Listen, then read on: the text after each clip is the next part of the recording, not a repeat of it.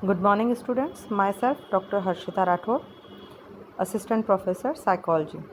आज हम बात करेंगे स्टैटिस्टिक्स में टी परीक्षण की या टी टेस्ट की, जो कि दो समूहों के मध्य माध्य के अंतर की सार्थकता की जांच के लिए होता है। ये इसको थोड़ा सा एक्सप्लेन करने के लिए मैं आपको समझाऊंगी कि यदि दो ग्रुप्स हैं और उन दो ग्रुप के बीच में हर ग्रुप का यदि हम मीन निकाल लें, माध्य निकाल लें, तो वो मीन जो है वो दो ग्रुप का एक जैसा तो होगा नहीं, अलग अलग अगर होता है तो उन अलग अलग होने का यानी उन दोनों के बीच जो अंतर है वो अंतर सार्थक है या नहीं, कोइंसिडेंटल है, ये जांचने के लिए हम टी परीक्षण का यूज़ करते हैं। इसको आप इस तरीके से समझ सकते हैं कि यदि दो स्टूडेंट हैं, किसी एक सब्जेक्ट में एक बच्चे के 5 नंबर आए 10 में से और दूसरे के 6 नंबर आए, तो जब इतना छोटा गैप होता है यानी 1 नंबर का फ़र्क है, तो हम जनरली कह देते हैं कि ये जो दोनों के बीच अंतर है वो कोइंसिडेंटल है या किसी संयोगवश हो सकता है। लेकिन यदि एक बच्चे के 5 नंबर और दूसरे के 9 या 10 नंबर आए, तो इतना बड़ा डिफरेंस जब हम देखते हैं तो हम क्या कहते हैं कि दोनों के मार्क्स के बीच में जो अंतर है वो सार्थक है। अर्थात डेफिनेटली 9 या 10 नंबर लाने वाला बच्चा उस पर्टिकुलर सब्जेक्ट में 5 नंबर लाने वाले बच्चे से अधिक इंटेलिजेंट है या उसकी समझ उस विषय में अधिक है। तो ये हम सार्थकता के साथ कह सकते हैं, ये संयोगवश नहीं हो सकता। तो सेम ऐसे ही जब हमारे पास डेटा आते हैं अलग अलग, जब हम कोई रिसर्च करते हैं तो अलग अलग ग्रुप्स के जो डेटा हैं, तो उन डेटा के मीन में, क्योंकि यहाँ तो एक स्टूडेंट की बात की है मैंने, वहाँ पे डेटा आपको जब भी आप रिसर्च करते हैं 100, 200, 500 लोगों का हो सकता है।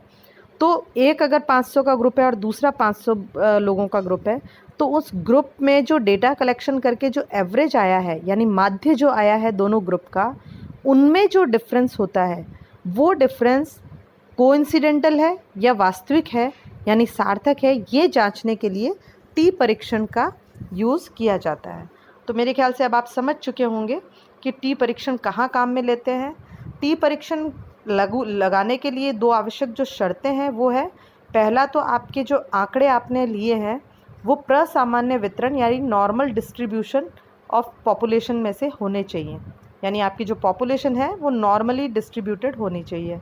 दूसरी जो इम्पॉर्टेंट शर्त है वो है कि आंकड़ों का जो प्रसरण है वो होमोजीनियस होना चाहिए यानी समजातीय होना चाहिए, यानी आप जिस भी ग्रुप में से डेटा उठा रहे हैं वो पूरा ग्रुप होमोजीनियस होना चाहिए, एक जैसा होना चाहिए, उसमें वेरिएशन नहीं होने चाहिए।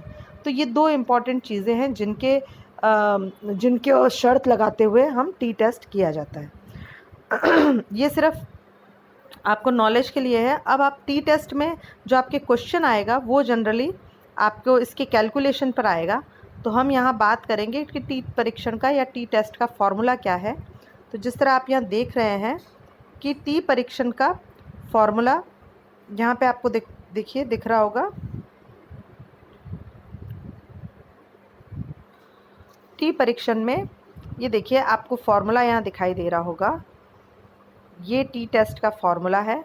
इसमें देखिए टी जो लिखा हुआ है वो टी अनुपात या टी रेशियो को बताता है। M1 यानी कि कोई भी आपका जो सैंपल 1 है उसका मीन, M2 यानी कोई भी आपका जो सैंपल या प्रतिदर्श है उसका सेकंड जो आपका प्रतिदर्श है उसका मीन, और इन दोनों के बीच में आपको इस तरीके का साइन दिख रहा होगा। ये माइनस नहीं है, ये डिफरेंस का साइन कहलाता है। डिफरेंस यानी अंतर का साइन है, दोनों के बीच में अंतर, यानी चाहे मीन 1 बड़ा हो या मीन 2 बड़ा हो, हम मीन 2 बड़े होने पे ऐसा नहीं है कि आप माइनस लगा के लिख देंगे, आपको दोनों का शुद्ध अंतर लेना है, यानी कि दोनों को आपस में डिवाइड करना है और जो अंतर आएगा वो लेना है, उनका डिफरेंस लेना है विदाउट एनी प्लस माइनस के साइन के, यानी वो प्लस में ही चलेगा, कहने का मतलब है।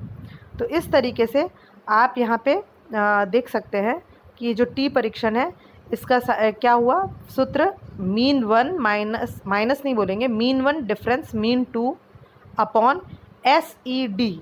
इससे पहले वाले लेक्चर में हम SED की बात कर चुके हैं, स्टैंडर्ड एरर ऑफ डिफरेंस, यानी दो माध्यों के बीच अंतर की मानक त्रुटि, SE स्टैंडर्ड एरर।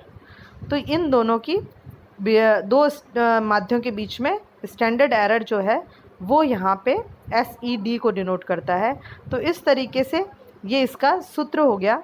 इसी को अथवा में आप इस तरीके से ये दूसरे सूत्र द्वारा भी समझ सकते हैं, लेकिन आप सिर्फ इसी सूत्र पे ध्यान दें तो भी चलेगा। अब हम एक उदाहरण के द्वारा इसको समझेंगे कि हम टी परीक्षण को किस तरीके से निकालते हैं। तो आप देखिए, ये आपको यहाँ पे एक क्वेश्चन उदाहरण दे रखा है और ये उदाहरण में आपको दिखाई दे रहा होगा। जो क्वेश्चन है 40 लड़के और 40 लड़कियां और 60 लड़कों के द्वारा उपलब्धि परीक्षण पे प्राप्त अंकों का माध्य यानी मीन दे रखा है। माध्य यानी मीन दे रखा है आपको ये 67 और 71, यानी कि M1 आपको दे रखा है 67 और इसी तरीके से M2 दूसरा जो है, क्योंकि यहाँ लड़कियाँ पहले है तो M1 गर्ल्स का होगा, इसको आप जी भी कर सकते हो, और ये बॉयज़ का होगा, ये दे रखा है आपको 71। तो इस तरीके से दोनों का आपको मीन दे रखा है तथा मानक विचलन यानी SD आपको दे रखा है 7 और 10। तो वही आप करेंगे, SD जो गर्ल्स का है यानी SD1 जो गर्ल्स का है वो 7 है और SD2 जो है वो बॉयज़ का है और वो आपके पास 10 है। देखना यह है कि इन दोनों माध्यों के बीच अंतर सार्थक है या नहीं, यदि नहीं तो किस स्तर पर। अब आप देखिए, माध्य दे रखे हैं, माध्यों के बीच अंतर की सार्थकता टी टेस्ट का हम उपयोग तभी करते हैं। यहाँ कहीं नहीं लिखा हुआ कि टी टेस्ट लगाइए, आपको ये लैंग्वेज देखकर ही समझना होगा कि दो माध्यों के बीच अंतर की सार्थकता ज्ञात करनी है, अर्थात टी परीक्षण लगेगा। तो अब आप देखिए, टी परीक्षण के लिए सबसे पहले आपको SED, क्योंकि मीन तो आपको दे रखा है, मीन डिफरेंस आप निकाल भी लेंगे, M1 डिफरेंस M2, तो ये आपके पास 4 आया। अब आप यहाँ देख रहे होंगे 4 इन्होंने सिर्फ अंतर लिखा है, ना कि सिर्फ अंतर लिखा है, उसके आगे कोई भी साइन नहीं लगाया है। अदरवाइज़ तो ये -4 होना चाहिए था, बट जैसा मैंने बताया कि ये साइन ही अंतर का साइन होता है, इसका मतलब है आप शुद्ध अंतर को लेंगे। तो अब हम जो बात कर रहे हैं वो आप देखिए, अंतर आपने निकाल लिया। अब हम SED निकालेंगे। तो SED का ये फॉर्मूला हम पहले भी पढ़ चुके हैं, इससे पहले वाले लेसन में जब मैंने आपको स्टैंडर्ड एरर ऑफ मीन बताया था। तो यहाँ पे देखिए, स्टैंडर्ड एरर ऑफ डिफरेंस जो लेंगे वो स्टैंडर्ड एरर मीन 1 का whole square plus standard error mean 2 का होल स्क्वायर। अब स्टैंडर्ड एरर मीन कैसे निकाली जाती है वो देखिए, ये पिछले सूत्र में आप देख चुके हैं। SEM1 को आप सिग्मा, ये इसका सूत्र है सिग्मा 1 अपॉन अंडर रूट में N1। सिग्मा 1 ये आपको दे रखा है पहला, क्योंकि क्रमशः में दे रखा है, तो आप इसी को फर्स्ट मानेंगे 7 को। और मीन जो आपको N है वो बच्चों की संख्या है, तो यहाँ देखिए आपको फर्स्ट जो है वो 40 लड़कियाँ हैं, तो आप 7 अपॉन अंडर रूट 40 कर लेंगे और ये जब सॉल्व करेंगे तो आपके पास 1.11 आ जाएगा। इसी तरीके से आप standard error of mean second निकाल लेंगे, जिसमें आप सिग्मा 2 अपॉन अंडर रूट में N2 लेंगे। सिग्मा 2 आपके पास ये दे रखा है 10 और N2 जो है वो आपके पास दे रखा है 60। तो ये आपके देखिए 10 अंडर रूट 60 करके ये आपके पास 1.29 आ जाएगा। अब इन दोनों के डिफरेंस को जो है वो आपका SED कहलाएगा। तो ये देखिए, सूत्र हमने पहले ही बता दिया था, मैं क्लियर कर रही हूँ। ये देखिए, सूत्र आपको ये पहले ही बता दिया था। SED यानी कि दोनों जो स्टैंडर्ड एरर का डिफरेंस है उसका सूत्र क्या रहेगा, SED का सूत्र रहेगा SEM1 square plus SEM2 square. तो 1 और 2 आप दोनों निकाल चुके हैं, दोनों के मान को यहाँ रख देंगे। SEM1 1.11 का होल स्क्वायर, जबकि SE2 जो है वो आपका 1.29 का होल स्क्वायर। इन दोनों को जब आप स्क्वायर को करेंगे तो आपके पास ये आ जाएगा, क्योंकि कैलकुलेटर है तो बहुत इजीली आप कर लोगे। और इनका जब प्लस करके आप अंडर रूट निकालेंगे तो वो आपके पास 1.70 आ जाएगा। तो ये 1.70 आपके पास SED आ गया। अब आप देखिए, टी टेस्ट के लिए अभी जो हमने बात की, जो सूत्र आपको दिखाया, एक सेकेंड मैं आपको ये दिखाऊं। ये देखिए, ये आपको सूत्र बताया गया था टी के लिए, mean 1 difference mean 2 upon SED। तो यही हम यहाँ पे देख रहे हैं, यही सूत्र हम यहाँ लगाएंगे और इस सूत्र के द्वारा मीन 1 डिफरेंस मीन 2 ये आपका 4 आ गया और SED जो है वो आपका 1.7 आ गया। तो ये यहाँ पे कर देंगे और इसको जब आप सॉल्व करोगे तो ये आपके पास 2.35 आ जाएगा। एक और चीज़ जो ध्यान रखने वाली है वो है इसमें DF, डिग्री ऑफ फ्रीडम जो निकालेंगे। टी टेस्ट के लिए डिग्री ऑफ फ्रीडम निकालने का जो सूत्र है वो है N1 - 1 ब्रैकेट में प्लस N2 - 1। तो यहाँ अगर आप इनको सॉल्व करें तो जनरली ये बन जाता है N1, क्योंकि N2 अगर ये ब्रैकेट आप हटा देंगे तो ये आएगा N2 और 1 जो माइनस के हैं ये दोनों जुड़ के -2। तो एक तरीके से जो DF है टी टेस्ट का DF वो इस तरीके से भी आप निकाल सकते हैं N1 + N2 - 2, तब भी आपके पास सेम संख्या आएगी। N1 कितनी है आपके पास 40 और N2 आपके पास कितनी है 60 -2, यानी 40 + 60 हो जाएगी आपके पास 100। 100 में से जब -2 करेंगे तो 98, और ये देखिए यहाँ पे भी 98 ही आ रहा है। तो इस तरीके से करके आप डिफरेंस डिग्री ऑफ फ्रीडम निकाल लेंगे। और इसको किस तरीके से टेबल में देखना है 0.05 और 0.01 पे, ये मैं आपको एक अलग लेसन में समझाऊंगी, क्योंकि सारी ही स्टैटिस्टिक्स जितनी है उसका डिग्री ऑफ फ्रीडम हम निकाल कर टेबल्स में देखते हैं।